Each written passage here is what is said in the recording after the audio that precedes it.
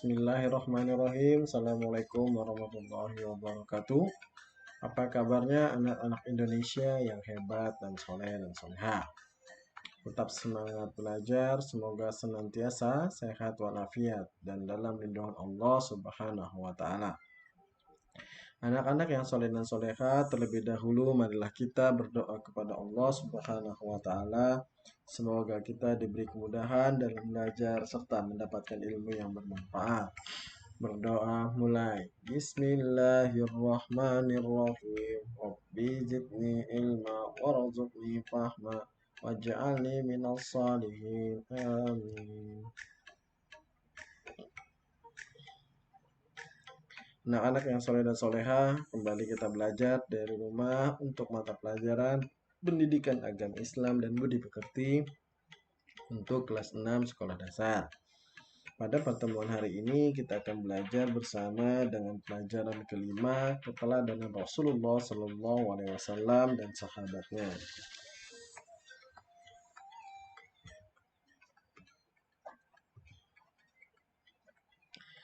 Rasulullah Muhammad Sallallahu Alaihi Wasallam adalah Khatmul Anbiya, artinya penutup para nabi dan rasul.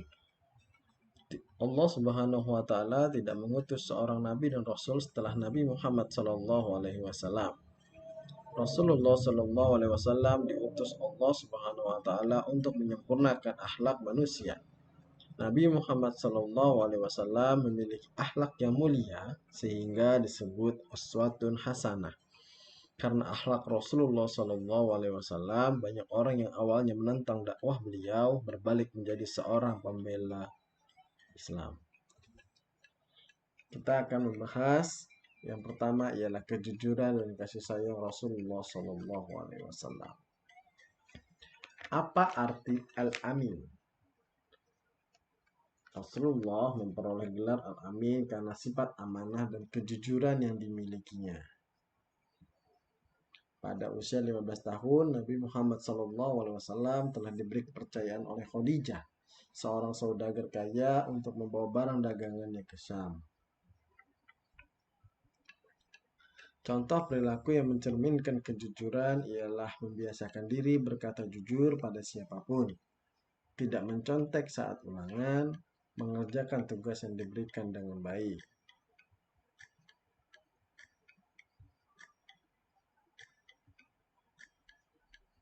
Kasih sayang Rasulullah SAW terhadap anak, keluarga, orang tua, dan masyarakat.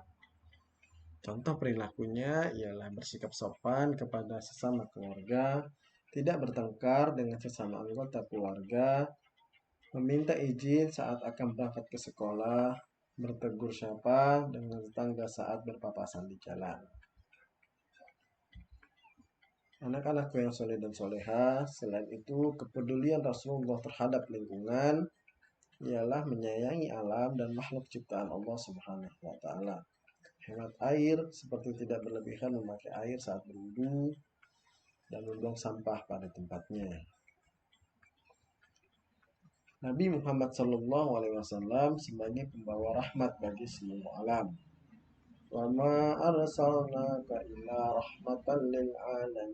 Dan tidaklah kami mengutus engkau Muhammad kecuali sebagai rahmat bagi seluruh alam. Quran Surah Al-Anbiya ayat 107. Tujuan dakwah Nabi Muhammad SAW adalah untuk mengubah keadaan masyarakat jahiliyah menjadi masyarakat yang sejahtera berdasarkan agama tauhid. Anak-anakku yang soleh dan soleha, selain kita membahas tentang sikap kejujuran Nabi Muhammad SAW, kita akan membahas tentang kepemimpinan sahabat Rasulullah SAW. Ada 4 sahabat Nabi ketika Rasulullah SAW sudah wafat yang menggantikan Rasul dalam memimpin umat Islam. Yang pertama Abu Bakar As-Siddiq, yang kedua Umar bin Khattab, yang ketiga Utsman bin Affan, dan yang keempat Ali bin Abi Thalib. Yang pertama Abu Bakar As-Siddiq. Abu Bakar As-Siddiq adalah kekasih Rasulullah dan khalifah pertama, merupakan mertua dari Nabi Muhammad SAW. Diberikan gelar As-Siddiq karena beliau selalu membenarkan semua peristiwa yang terjadi pada Nabi Muhammad SAW, terutama pada peristiwa Isra dan Mi'raj. Abu Bakar As-Siddiq memimpin tahun 632 Masehi sampai dengan 634 Masehi. Beliau adalah pemimpin yang bijaksana, di mana selalu mengajak para sahabat untuk bermusyawarah dalam mengambil keputusan.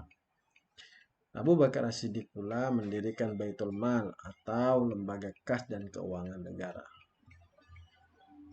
Yang kedua, Umar bin Khattab. Umar bin Khattab merupakan khalifah kedua pengganti Abu Bakar As-Siddiq. Menjadi khalifah sejak tahun 634 Masehi sampai dengan 644 Masehi. Beliau seorang yang pemberani, jujur, adil, tegas, dan bijaksana. Beliau juga pemimpin yang sederhana. Jasa Umar bin Khattab yang kita rasakan sampai saat ini ialah penetapan 1 Muharram sebagai tahun baru Hijriah. Yang ketiga ialah Utsman bin Affan. Utsman bin Affan adalah khalifah ketiga pengganti dari Umar bin Khattab. Menjadi khalifah sejak tahun 644 Masehi sampai dengan 656 Masehi. Utsman bin Affan dikenal sebagai orang yang kaya dan dermawan. Di masa kepemimpinannya, Islam mengalami kejayaan dan keberhasilan. Beliau melakukan kodifikasi Al-Quran dan membentuk panitia penyusunan Al-Quran yang bertugas menyalin ulang Al-Quran dalam sebuah buku atau mushaf. Selain itu, Utsman bin Affan pun merenovasi Masjid Nabawi di Madinah. Anak-anak yang soleh dan soleha, sahabat Rasulullah SAW yang keempat yang merupakan salah satu khalifah ialah Ali bin Abi Thalib. Ali bin Abi Thalib adalah khalifah keempat pengganti Utsman bin Affan, merupakan anak dari pamannya Nabi Muhammad SAW. Beliau adalah seorang yang pemberani, peduli pada pendidikan. Masa pemerintahannya sejak 656 Masehi sampai dengan 661 Masehi. Beliau banyak memajukan bidang ilmu bahasa seperti ilmu tafsir, ilmu hadis, ilmu nahwu, dan lainnya. Menjalankan sistem pemerintahan dengan merangkul semua kaum menjadi satu. Nah, anak-anak yang soleh dan soleha, mungkin itu saja materi singkat pada pertemuan pada kali ini. Mudah-mudahan bermanfaat. Ada jendela berjumlah 5. Walau tak bersua, semoga materi bisa diterima. Sekian. Wassalamualaikum warahmatullahi wabarakatuh. Sampai jumpa di video pembelajaran selanjutnya.